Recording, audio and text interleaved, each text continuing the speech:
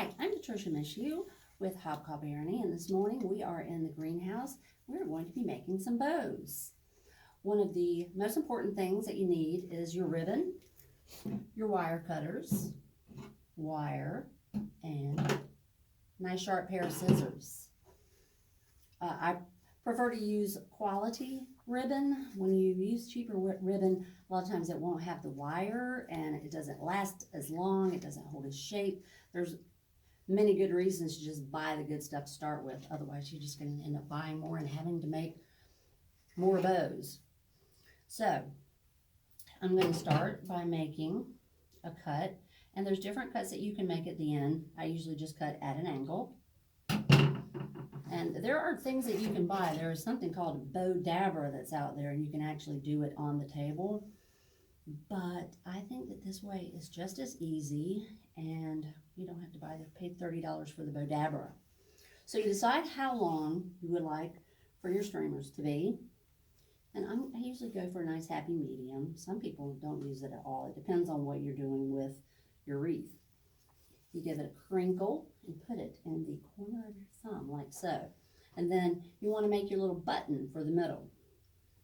That's another thing, it's preference. And if you'll notice, this nice red ribbon for Valentine's Day, both sides is the same. That's another thing with cheaper ribbon. Sometimes the design that you have is only on one side, and then you have to twist even more. But with this, it doesn't matter because it's the same on both sides. So this is just a basic ribbon. Here's this, here's my bow, and now I'm going to start to fold and tuck. That's all it is. It's a fold and a tuck.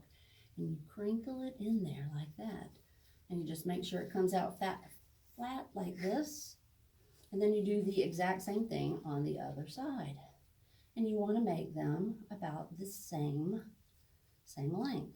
And then you kind of count because you want these to be the equal number on both sides. Otherwise you have a wonky bow. No wonky bows.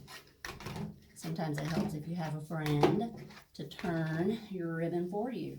So now I'm going to do a second row.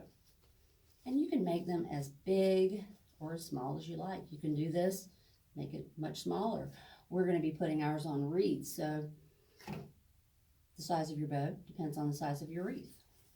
So I'm just going to keep tucking and folding, and I have 3. And I believe that I'm going to do another row because we're going to have a medium-sized wreath. So I'm just going to keep on going. And you want to make the ones in the back a little bit bigger. So I'm just going to go out about an inch longer. You can see how I've got that right there. And don't worry about how it looks too much right now, because after you've got it completely wired, you can zhuzh it. You can kind of move it how you want it. So far I have 4 loops on both sides. And I'm just going to do 3 on the back right here. And your fingers, sometimes, it'll cramp at first, but you get so used to it and you can just whip these bows out in no time. And there's such beautiful ribbon out there that you can really personalize whatever you are doing with it. All right, and here goes our third one. There we go. I like to go ahead and have my wire cut because this hand's busy. You loop through your button, go around through the back, and all that you have to do is just tie your wire in the back. You want to get it nice and tight. There we go. Turn. And now we're going to give another cut right here. Some people like to do them one longer than the other. Some like them to be the same. I typically do mine about the same. So here we go. Here is, well, this could be a Christmas bow or this can be a Valentine's bow.